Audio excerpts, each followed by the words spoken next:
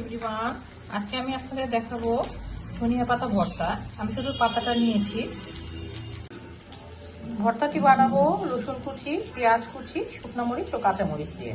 ভর্তাটি শিলপাটায় বেটে করবো না, মাটির এই জিনিসটি ব্যবহার করব। এটা কাঠের।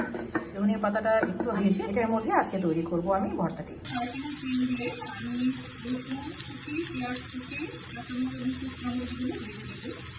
কিছু হালকা ভাজা হয়ে গেছে, আমি কড়া ভাজা করবো না, এখন এটাকে নামিয়ে নিচ্ছি। একই পাত্রে আমি ধনিয়া পাতাগুলোকেও হালকা ভেজে নেব ঢেকে, যাতে ধনিয়া পাতার যে কাঁচা গন্ধটা আছে সেটা চলে যায়।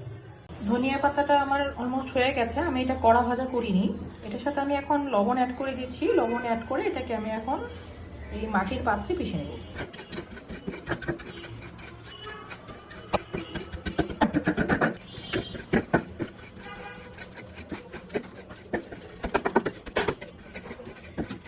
অলমোস্ট হয়ে গেছে।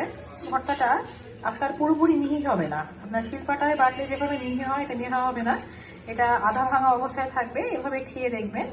ধনিয়া পাতা ভর্তা রেডি। এটা গরম ভাতের সাথে পরিবেশন করবে। আশা করি আপনাদের ভালো লাগবে।